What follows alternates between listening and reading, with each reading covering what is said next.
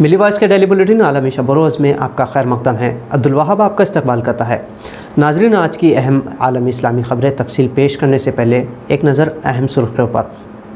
ایران پر امریکی پابندیوں پر بین الاقوامی عدالت کی سازش، بوکھلایا امریکہ، کہا ایران پر پابندیاں صحیح تھی۔ اسرائیلی ڈرون پر میزائل حملے کی بات اسرائیل نے مانی، لبنان میں غیر قانونی طور پر گردش کر رہا تھا اسرائیلی ڈرون۔ شام کے حالات دنیا تک پہنچانے جرمنی کے عام انتخابات میں حصہ لیں گے 31 سالہ شامی مہاجر طارق الاؤس۔ روہنگیا نسل کشی پر بین الاقوامی عدالت میں کیس پر میانمار کو اعتراض، اور القدس میں کوسوو کے سفارت خانہ شروع کرنے پر یورپین یونین برہم۔ اب خبریں تفصیل سے۔ جوہری توانائی سے متعلق ایران پر سابق امریکی صدر ڈونلڈ ٹرمپ کی پابندیوں کو اقوام متحدہ کی بین الاقوامی عدالت نے غیر قانونی قرار دیا ہے۔ اس کے رد عمل میں امریکی ترجمان نے کہا کہ عدالت کے فیصلے سے امریکہ ناراض ہے، حالانکہ جو بائیڈن انتظامیہ نے کہا کہ وہ بین الاقوامی عدالت کا احترام کرتے ہیں۔ ایران کی جوہری توانائی پروجیکٹ پر اوباما نے پابندی ہٹا دی تھی، لیکن بعد میں ٹرمپ حکومت نے ایران پر دوبارہ پابندیاں عائد کی تھی۔ اس سمت میں جو بائیڈن حکومت کا موقف واضح نہیں تھا۔ اسی دوران ایران نے اقوام متحدہ کی بین الاقوامی عدالت سے رجوع کیا، جہاں ایران کے اس موقف کو درست پایا گیا کہ امریکہ 1955 کے معاہدے کو نظر انداز کر رہا ہے۔ عدالت نے امریکہ کو غلط ٹھہراتے ہوئے ایران کے موقف کو صحیح بتایا۔ اسرائیل کی لبنان کی حدود میں شرنگیزی جاری ہے۔ پچھلے ہفتے ایک ڈرون گنوانے کے بعد اس بار پھر ایک اسرائیلی ڈرون لبنانی حدود میں دیکھا گیا، جس پر حزب اللہ کی جانب سے میزائل داغے بھی گئے۔ حالانکہ ان میزائل حملوں سے اسرائیلی ڈرون کو کوئی نقصان نہیں پہنچا، تاہم اسرائیل نے اس بات کی تصدیق کی ہے کہ ڈرون لبنانی حدود میں بھیجا گیا تھا۔ ادھر لبنانی عوام کے مطابق انہوں نے میزائل بلاسٹ کی آوازیں سنی تھی۔ گزشتہ ہفتے اس طرح کے ایک اسرائیلی ڈرون کو گرانے کا دعویٰ حزب اللہ نے کیا تھا۔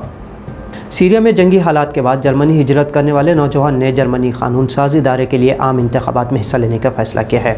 طارق الاؤس نامی یہ 31 سالہ نوجوان گرین پارٹی سے مغربی جرمنی کے اوبرہاؤزن اور ڈینسلیکن علاقے سے قسمت آزمانے جا رہا ہے۔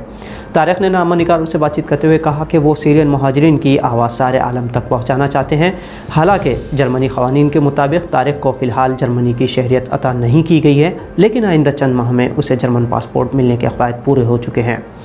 اس سے قبل وہ انتخابات میں حصہ بھی لے سکتے ہیں۔ اعداد و شمار کے مطابق جس علاقے سے طارق انتخاباتی میدان میں حصہ لینے جا رہے ہیں، وہاں سے ان کی جیت یقینی ہے۔ افریقی ملک ایتھوپیا کے ٹگرے علاقے میں حکومت اور باغی گروپس میں جاری رسا کشی کے درمیان غیر یقینی صورتحال ہے۔ ان حالات پر تشویش جتاتے ہوئے اقوام متحدہ نے کہا کہ اس علاقے میں امن و سکون کا ختم ہونا ایتھوپیا اور اس سے متصل خطے میں سلامتی کے لیے مسائل پیدا کرے گا۔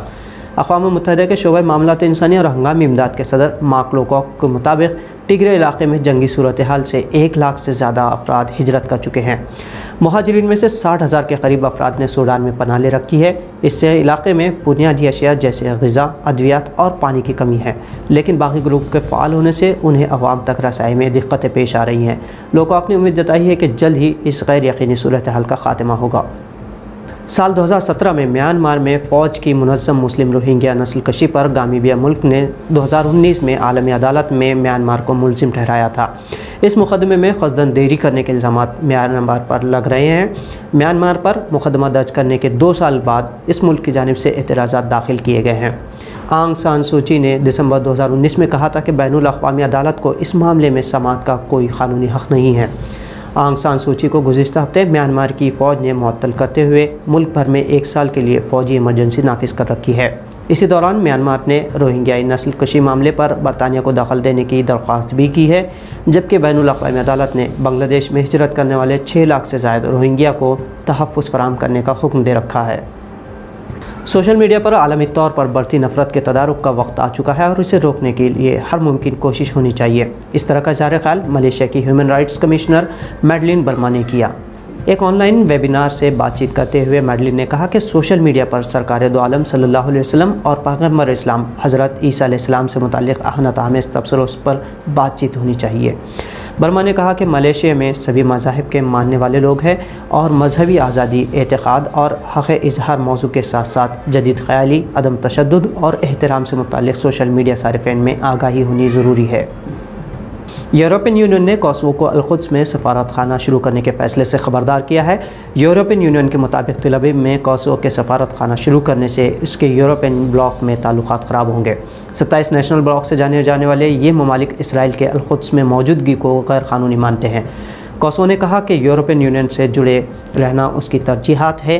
عرب لیگ کے سیکرٹری جنرل عبدالغیث نے کہا کہ کوسوو کے سفارت خانے کی قانونی حیثیت نہیں ہوگی کیونکہ یہ ایک غیر قانونی مقبوض اراضی پر ہوگا، اور اس کا مطلب اسرائیل کو تسلیم کرنا اور فلسطینی حقیقت سے آنکھیں موندنا ہے۔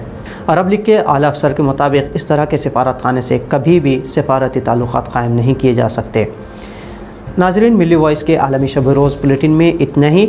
دیگر تجزیوں اور خبروں کے لیے آپ ملی وائس کو فیس بک اور یوٹیوب سمیت دیگر سوشل میڈیا پلیٹ فارمز پر فالو اور سبسکرائب کر سکتے ہیں۔ کمنٹس کے ذریعے آپ تجاویز اور آراء ہم تک پہنچا بھی سکتے ہیں۔ عبدالوہاب کو اجازت دیجیے۔ خدا حافظ۔